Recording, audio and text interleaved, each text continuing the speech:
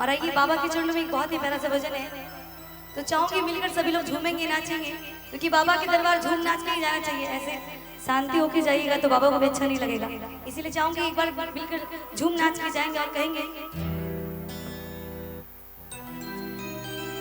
कि लोग सावन में जलवा चढ़ई में भोले बाबा के अलख जगई में करी कि जबरी दुनिया में सूरज और चंदा रहे, नारा बोल बम के हरदम सुनई में करे। प्रेम से बोली शंकर भगवान की। और चाहूंगी एक बार अपने चरणों पे खड़े हो जाइए बम जी, और इस भजन में सिर्फ झूम लीजिए, उसके बाद आप बैठ जाएगा। एक बार आप लोग खड़े हो जाइए और मिलकर झूमते नाचते जाना है, बाबा के दरबार कहना है ये 1 2 3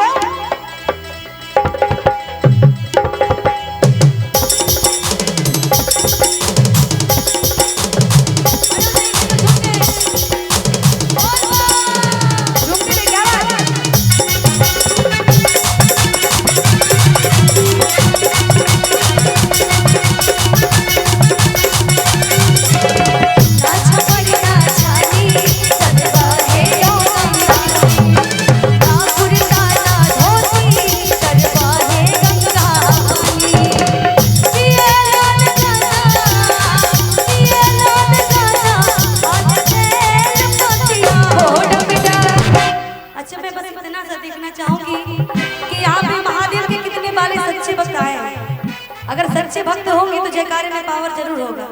एक बार सब लोग मिलकर जयकारे लगाइएगा, प्रेम से बोलते हरा हरा महादेव, और मिलकर ताली बजाई कहना है हो टमेटा